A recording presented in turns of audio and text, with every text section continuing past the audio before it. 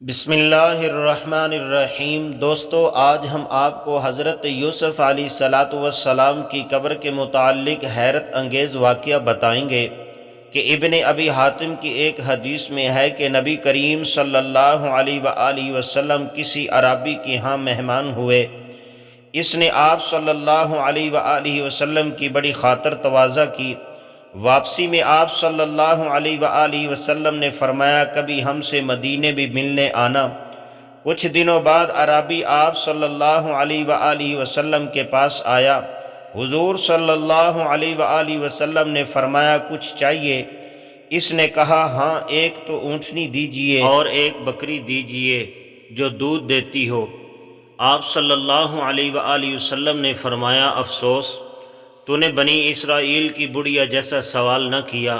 صحابہ کرام رضوان اللہ اجمعین نے پوچھا، وہ واقعہ کیا ہے؟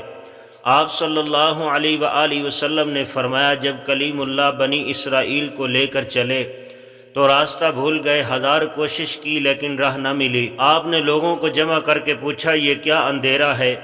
تو علماء بنی اسرائیل نے کہا، بات یہ ہے کہ حضرت یوسف علیہ السلام نے اپنے آخری وقت میں ہم سے یہ عہد لیا تھا کہ جب مصر سے چلیں تو آپ کے تابوت کو بھی یہاں سے اپنے ساتھ لیتے جائیں۔ حضرت موسیٰ علیہ السلام نے دریافت کیا کہ تم میں سے کون جانتا ہے کہ حضرت یوسف علیہ السلام کی تربت کہاں ہے؟ سب نے انکار کیا کہ ہم نہیں جانتے، ہم میں ایک بڑھیا کے سوا کوئی بھی آپ کی قبر سے واقف نہیں۔ آپ نے اس بڑھیا کے پاس آدمی بھیج کر اسے کہلوایا کہ مجھے حضرت یوسف علیہ السلام کی قبر دکھلاؤ۔ بڑھیا نے کہا، ہاں دکھلاؤں گی، لیکن پہلے اپنا حق لوں گی۔ حضرت موسیٰ علیہ السلام نے کہا کہ تو کیا چاہتی ہے؟ کہا، جنت میں آپ کا ساتھ مجھے میسر ہو۔ آپ علیہ السلام پر اس کا یہ سوال بہت بھاری پڑا۔ اس وقت وحی آئی کہ اس کی بات مان لو، اس کی شرط منظور کر لو۔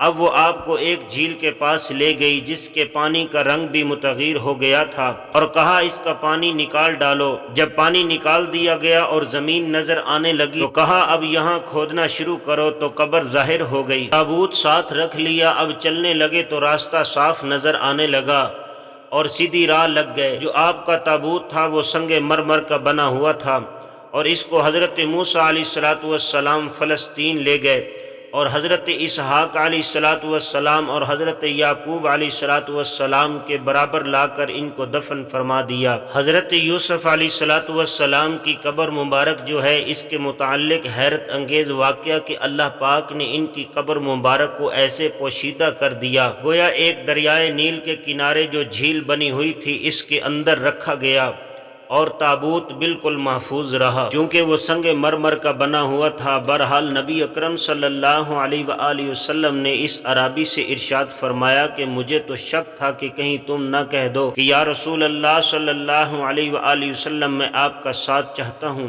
جنت میں آپ کے ساتھ رہوں، جیسے اس بڑھیا نے کہا تھا۔